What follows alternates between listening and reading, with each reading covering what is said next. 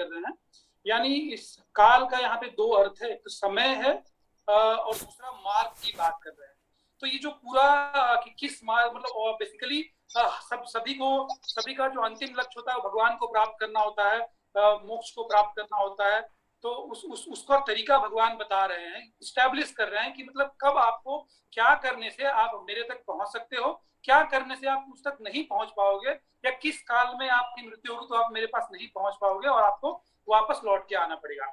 तो इसमें जो है ना सबसे इंपॉर्टेंट जो श्लोक का जो मूल है, जो जड़ है, वो है लक्ष्य के बारे में। क्योंकि हर जीव का दो लक्ष्य होता है, दो में से कोई एक लक्ष्य लेके ही जीव बढ़ता है आगे। एक लक्ष्य को हम कहते हैं अभ्युदय और दूसरे को हम कहते हैं निःश्रेयस। अभ्युदय का अर्थ होता है जिसमें लौकिक सुखों की या इस भौतिक उन्नति के लिए कार्य करना। तो कुछ लोग जो है अपने अभ्युदय के लिए कार्य करते रहते हैं, उनको जो है जीवन में सुख प्राप्त करना है, उनको भौतिक सुख प्राप्त करना है, और उस लक्ष्य से जो लोग बढ़ते हैं वो उस लक्ष्य से बढ़ने के लक्ष्य को अभ्युदय कहते हैं। हालांकि यह सच्चा सुख कभी भी नहीं हो सकता, क्योंकि वो जो सुख हमें सुख दिखता है वो होता है बिल्कुल मिथ्या। लेकिन उस लौकिक सुख को प्राप्त करने के चक्कर में एक्चुअली में तो हमें दुख ही मिलता है, लेकिन हम उसको समझ नहीं पाते। जो भी लोग इस तरह के अभ्युदय में लगे रहते हैं वो उसको समझ नहीं पाते, पर उसमें उनका एक लक्ष्य होता है। और दूसरे तरह के जो लोग होते हैं उनका लक्ष्य होता है निःश्रेयस, उसको कहते हैं हम लोग। उनका जो लक्ष्य होता है वो होता है आत्मस्वरूप का ज्ञान, यानी भगवान की शुद्ध भक्ति प्राप्त करना और भगवान में खुद को भगवान को प्राप्त करना और खुद को भगवान में पूर्णतया समर्पित कर देना। तो यहाँ भी भगवान जो है ना वो बार बार इस अलग अलग श्लोकों के माध्यम से क्या सही है क्या गलत है वो एस्टैब्लिश करते हैं, और भगवान आपके ऊपर छोड़ देते हैं कि आपको क्या करना है।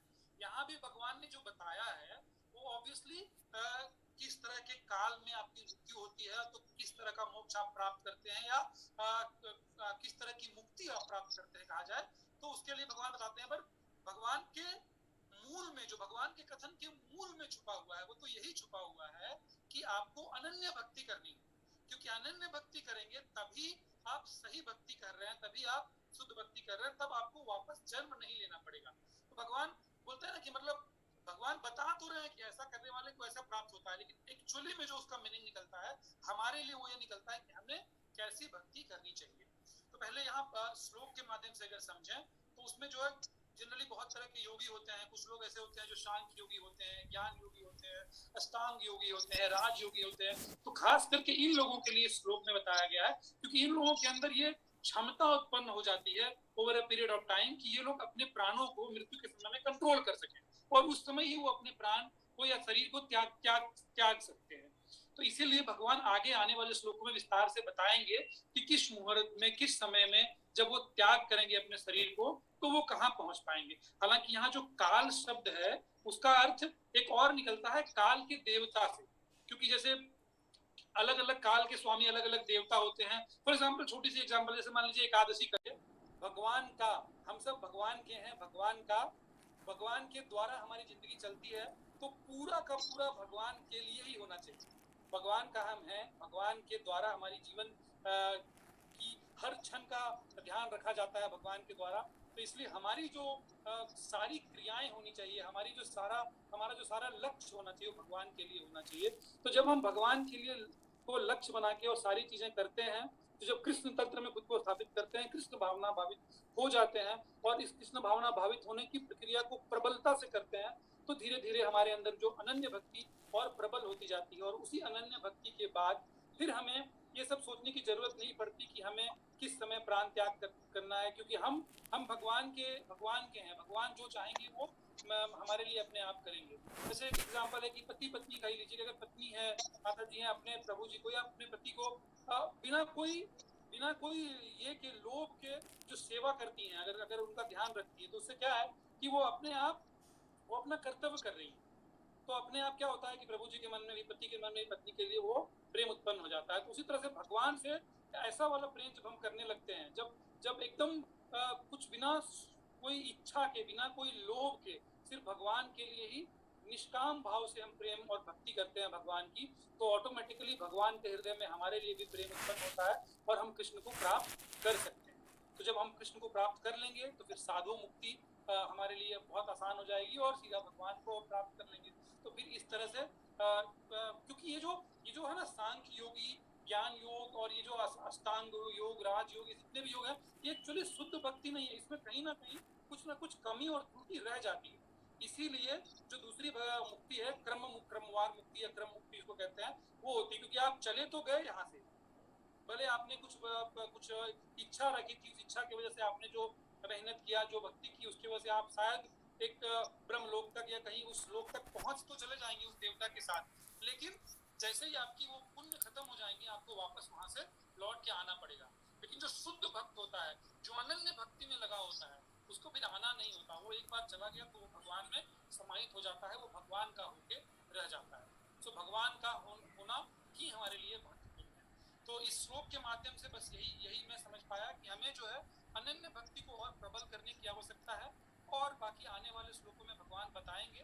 हालांकि जो लोग इस तरह का अभ्युदय और ये जो सनिष्ठ भक्ति जो लोग करते हैं कि कुछ ना कुछ पाने की चाह में जो भक्ति करते हैं, उन लोगों के लिए भगवान मार्ग बताएंगे। भगवान तो सबके लिए है, सबको बताएंगे। लेकिन हमें जो ये कृष्ण भावना भावित होने का प्रसाद प्राप्त हुआ है श्रील प्रभुपाद के आशीर्वाद से, और ये जो एक रास्ता मिला है, एक कुंजी मिल गई, एक की मिल गया है कि एग्जाम के पहले आपको बहुत ज्यादा नहीं करना है, ये सिलेक्टेड क्वेश्चन पेपर से इनको प्रिपेयर कर लो, आपका काम हो गया, ताकि हम और भटके नहीं। जैसे I think Akshat Prabhu ji lawyer हैं, तो 1000 पुस्तकों को पढ़ेंगे तब जाए कुछ निचोड़ निकलेगा। उसके जगह अगर सीधा बता दिया गया कि नहीं, इस पर्टिकुलर लॉ के लिए इस बुक को ही पढ़ना है, तो काम आसान हो जाता है।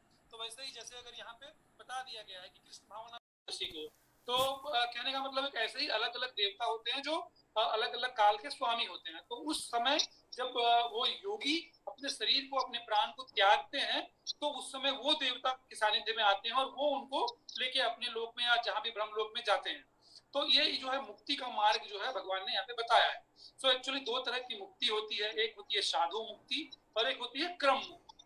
तो साधु मुक्ति जो होती है वो सीधा सीधा हो गया, मतलब स्ट्रेट अवे आप भगवान में चले गए, भगवान को आपने सीधा सीधा प्राप्त कर लिया, तो इसको कहते हैं साधु मुक्ति। और यह कब संभव होता है?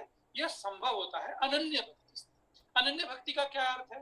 अनन्य भक्ति का अर्थ है जब हम मन, वचन और शरीर से कंप्लीटली भगवत प्रेम को प्राप्त करने की कोशिश करते हैं।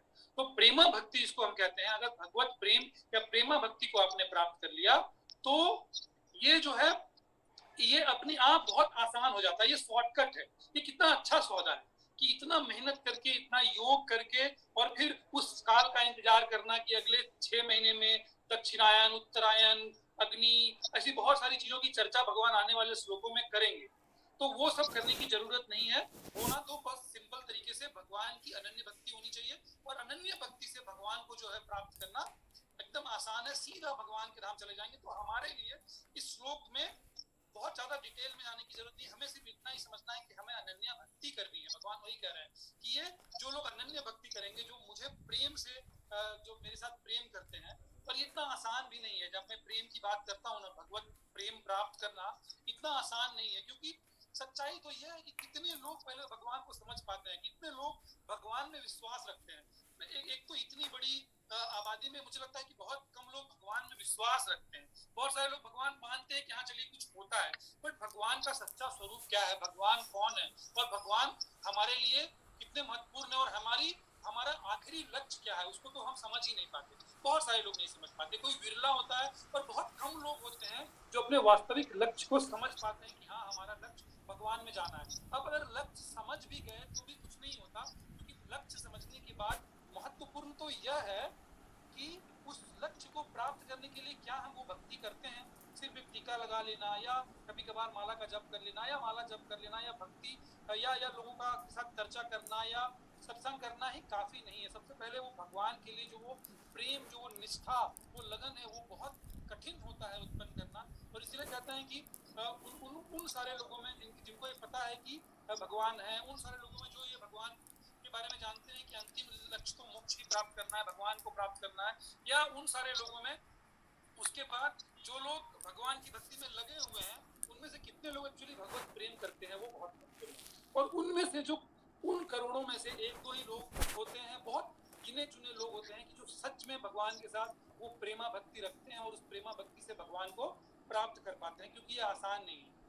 तो इसीलिए मैं अपने शब्दों में तो ऐसा ऐसा आज मैं आपको कहना चाहूंगा, जैसे लोकतंत्र में कहते हैं ना कि जनता के द्वारा जनता के लिए शासन होता है लोकतंत्र, तो मेरे हिसाब से ये जो है ना कृष्ण